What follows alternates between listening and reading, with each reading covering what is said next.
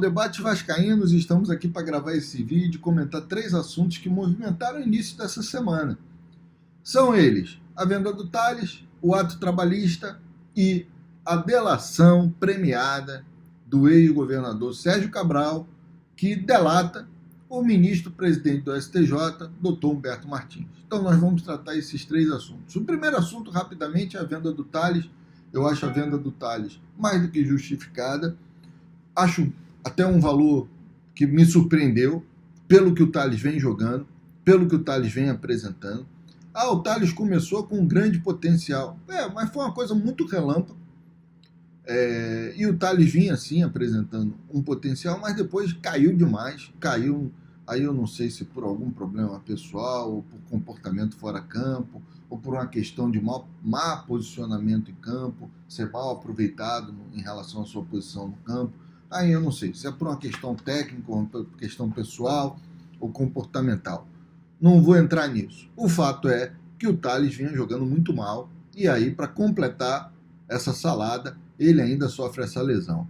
Então, mesmo lesionado, se recuperando de uma lesão, parece que o Tales consegue ser vendido.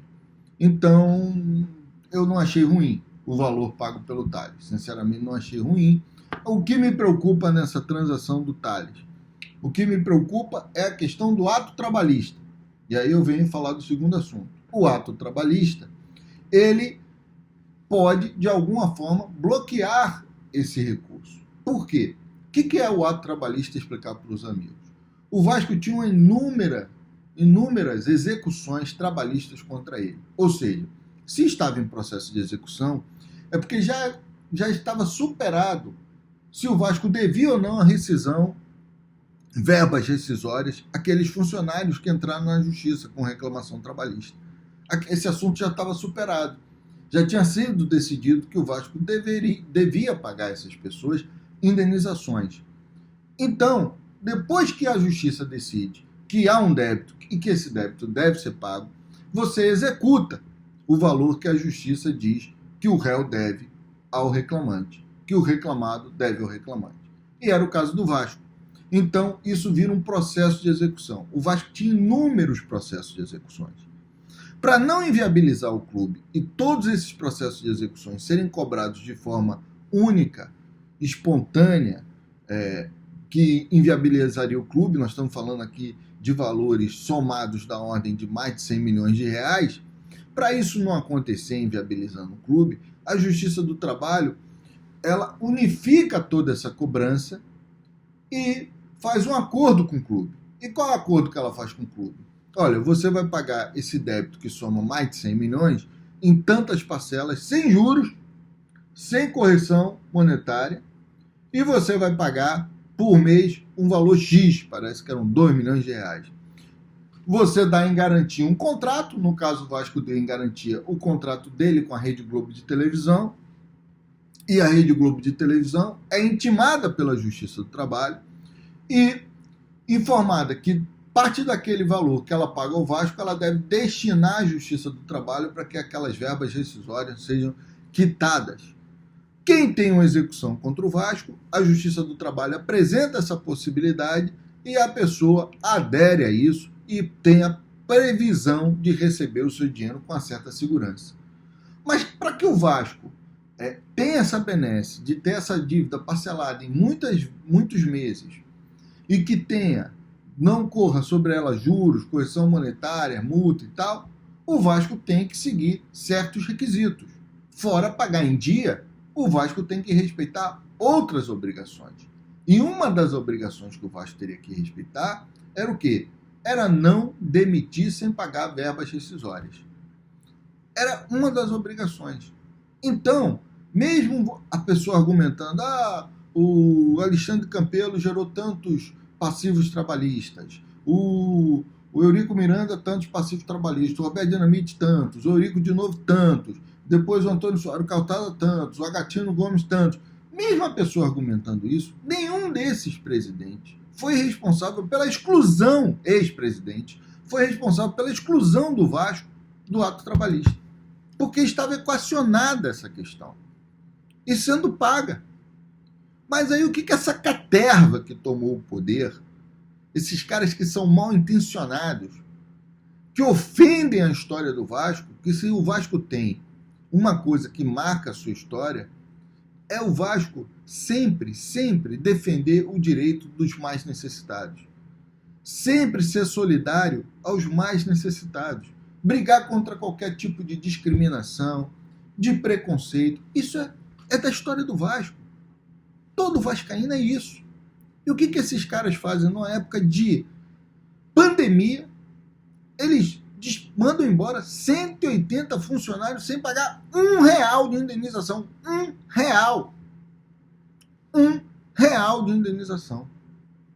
É óbvio que o Ministério Público, vendo esse movimento, iria questionar essa demissão em massa de 180 funcionários, sem justa causa, e sem pagar a indenização. Quer demitir? Você pode demitir. Agora você tem que pagar a indenização. Principalmente numa época dessa. Chega a ser uma covardia, uma maldade.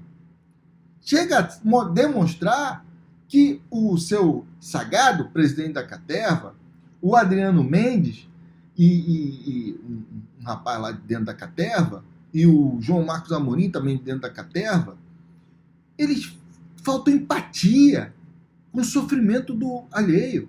É impressionante. Como é que os caras fazem isso numa época dessa? E aí o que faz o Ministério Público? Denuncia isso e pede a exclusão do Vasco do ato trabalhista. O que a Justiça do Trabalho do Estado do Rio de Janeiro faz? A Justiça Federal, que é a Justiça do Trabalho é uma Justiça Federal, ela simplesmente exclui o Vasco. Não poderia ter outra decisão.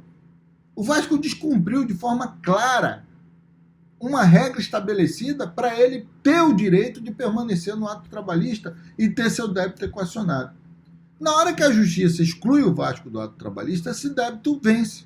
Nós estamos falando de coisa de mais de 100 milhões de reais, parece que bate 150 milhões. Quando o débito vence, esse dinheiro vai ser cobrado de uma vez ao Vasco. De uma vez. E aí você tem a venda do Tales. A venda do Tales não chega nem perto da metade desse valor. Mas está lá a venda, o dinheiro entrou. Então vai ter que fazer alguma manobra aí estranha para impedir que a Justiça do Trabalho bloqueie esse dinheiro. E o fato do Vasco arrecadar esse dinheiro e achar que pagando as rescisões dos 180 funcionários que ele demitiu, sem pagar R$1 de rescisão, vai automaticamente devolvê-lo ao ato trabalhista, é incerto. Isso vai depender de uma decisão judicial, porque o Vasco descumpriu uma regra. O fato de você pagar não apaga, de pagar, não apaga o erro que você cometeu. E um erro bizarro, um erro que só mostra a má fé dessa gente. Essa gente quer inviabilizar o Vasco. Não há dificuldade nenhuma. E aí, isso faz um link ao porquê e responde uma pergunta. Por que o torcedor do Vasco comentou tanto, debateu tanto, falou em lives, falou em grupos de WhatsApp, a notícia da delação premiada do ex-governador Sérgio Cabral, que envolve o ministro do STJ, presidente Humberto Martins? Por que isso virou um assunto tão importante para o torcedor do Vasco? Porque o Sérgio Cabral era vascaíno? Não. Porque o torcedor do Vasco, que acompanha a vida política do Vasco, sabe que, infelizmente, o presidente do STJ, ministro Humberto Martins, cometeu um erro grosseiro, absurdo, teratológico, indesculpável, inexplicável, sem nenhum fundamento, ao conceder uma medida cautelar num pedido absurdo feito pelo inominável Lorde das Trevas. Quem acompanha o programa sabe que o inominável Lorde das Trevas é como eu denomino aquele senhor Mussa, para não falar o nome dele, que dá um azar danado, mas eu já bati aqui na madeira, já estou protegido. Peço para que o amigo que está acompanhando o vídeo faça a mesma coisa. Então, o inominável Lorde das Trevas, ele propõe um pedido cautelar que não existe. Vou explicar para os amigos rapidamente o que é um pedido cautelar. Um pedido cautelar, você propõe ao STJ, depois que você dá entrada com seu recurso especial extraordinário, você dá entrada no Tribunal de Justiça do Rio. E para você dar entrada nesses dois recursos, você tem que ter tem que ter uma decisão de colegiado. Então, isso é claro, isso é na lei. Qualquer advogado que está entrando na faculdade, está 2 meses lá, sabe, eu não posso entrar com recurso, com uma medida cautelar, se eu não tenho um recurso existente.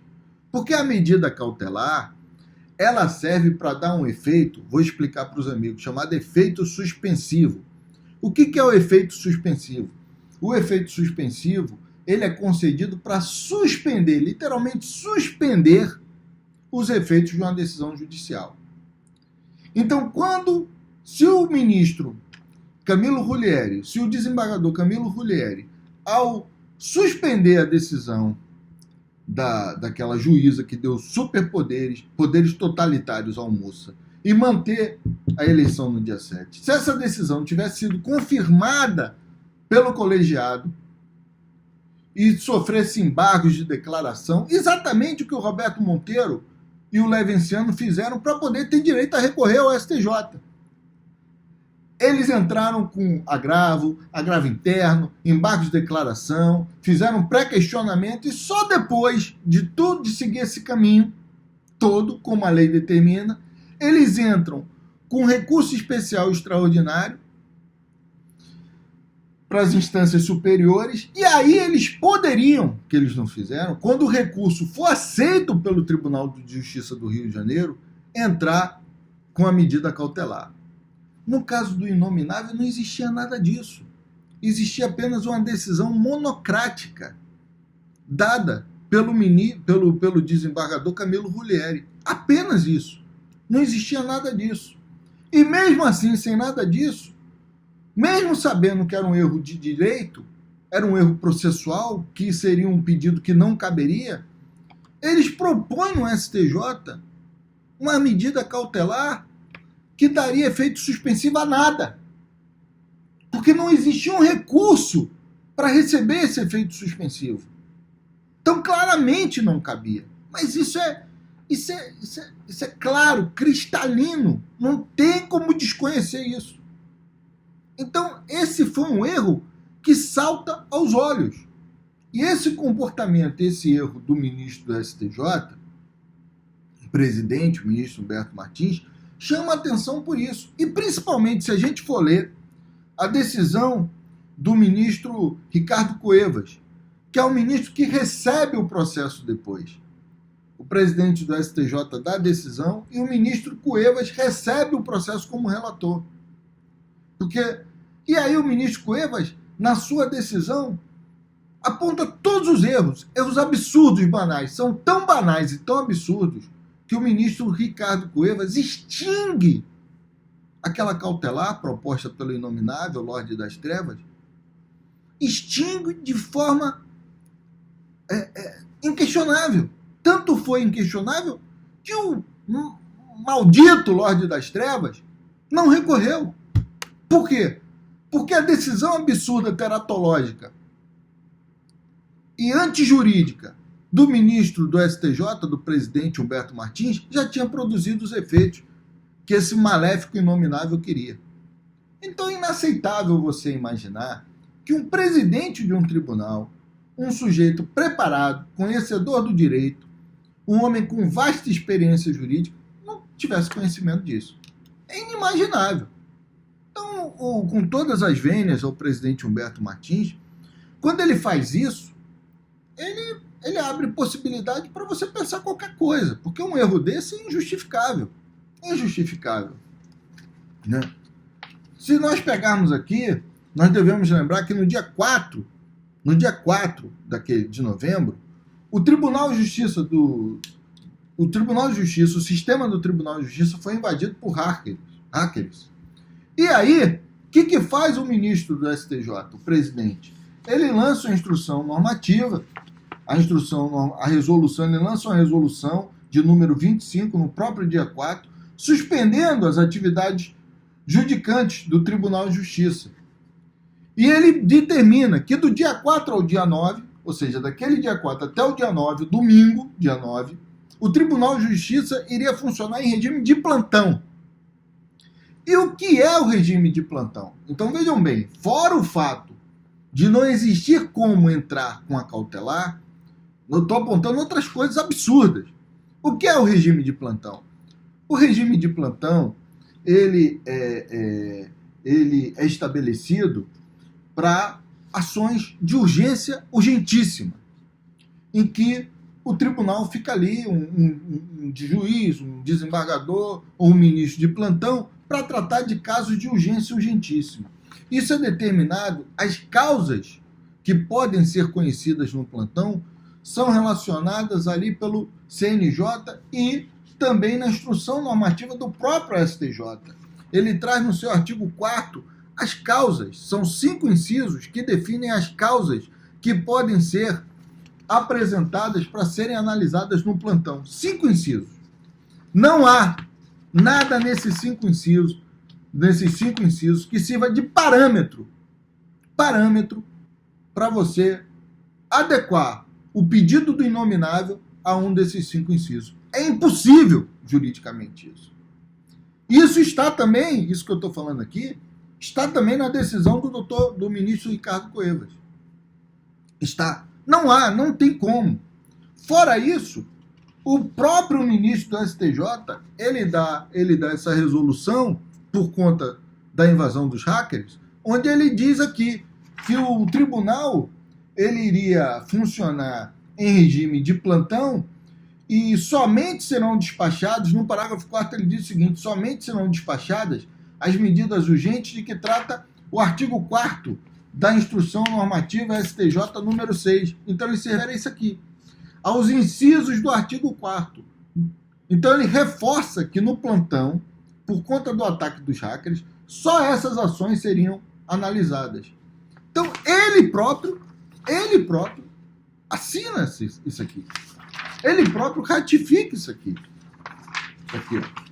Estou dando aqui tanto documento que eu devo estar mostrando o documento errado. Mas, não, esse aqui está certo, perdão, esse aqui é só uma folha. Está aqui o nome dele aqui embaixo. Ele próprio expede isso aqui. E ele julga contra tudo isso. E o pior, amigos, o mais impressionante, sabe aquela coisa da certeza da impunidade ou da falta de escândalo, de questionamento? O que é mais impressionante? Ele deu um erro aqui no plantão, mas o que diz a regra do plantão?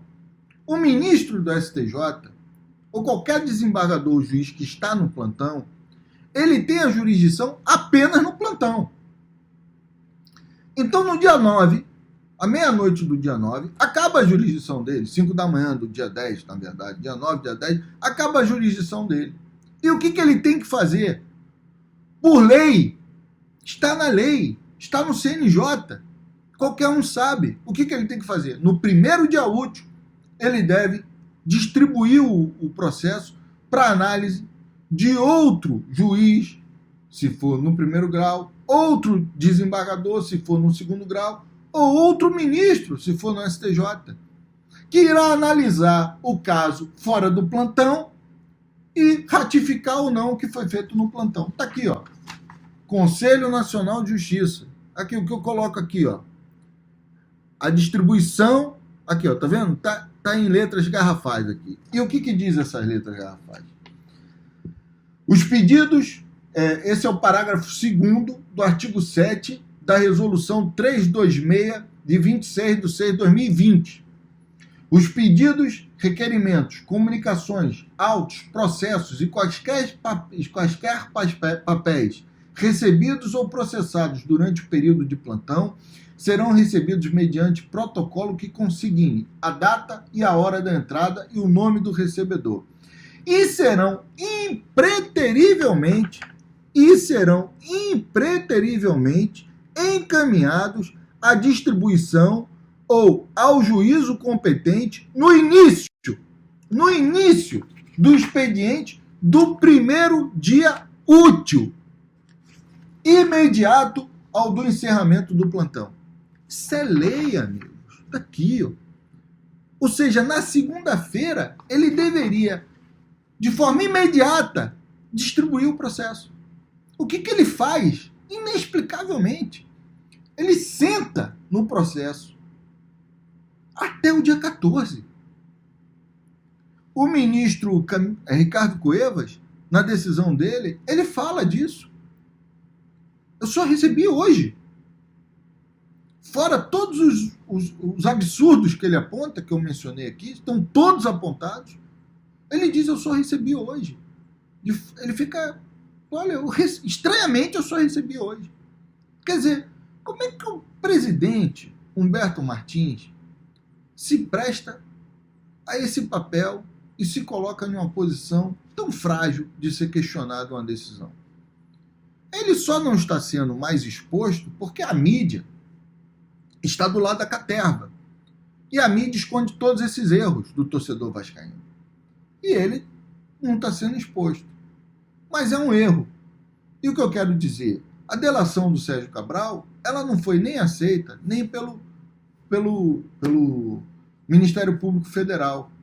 Ela é uma delação feita exclusivamente pela Polícia Federal. O Ministério Público Federal não aceita essa delação do Sérgio Cabral. Não aceita. Vê muitas falhas nela e muitas mentiras. Então, essa delação do Sérgio Cabral não deve gerar nenhum efeito prático. Não deve gerar nada. Principalmente as pessoas que ele delata.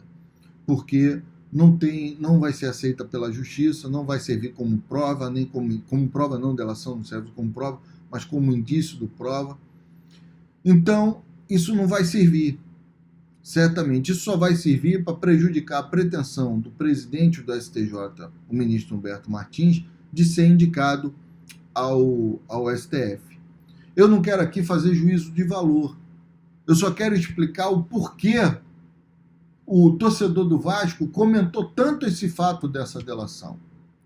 Por que o torcedor do Vasco está tão indignado e estranhou tanto uma decisão de um ministro presidente de um tribunal, um homem competente, um homem que até então tinha conduta respeitável demais no mundo jurídico, sempre teve, de vasto conhecimento, simplesmente mostra um total desconhecimento e desrespeito ao ordenamento jurídico, à doutrina, à jurisprudência, e dá uma decisão estapafúrdia, que gera efeitos devastadores de uma instituição. Se essa caterva está lá, se essa caterva destrói o Vasco, de noite, eles estão lá e conseguiram estar lá e tomar o poder no Vasco com um golpe vergonhoso, de alguma forma, com auxílio decisivo desse despacho proferido pelo ministro-presidente do STJ, Humberto Martins. Amigos, ficam aqui os meus esclarecimentos sobre o caso. Não há aqui, da minha parte, nenhum pré-julgamento da atitude do ministro. Assim, a comprovação e fatos que demonstram um erro injustificável e surpreendente de um ministro tão experiente. Amigos, saudações vascaínas e um abraço a todos.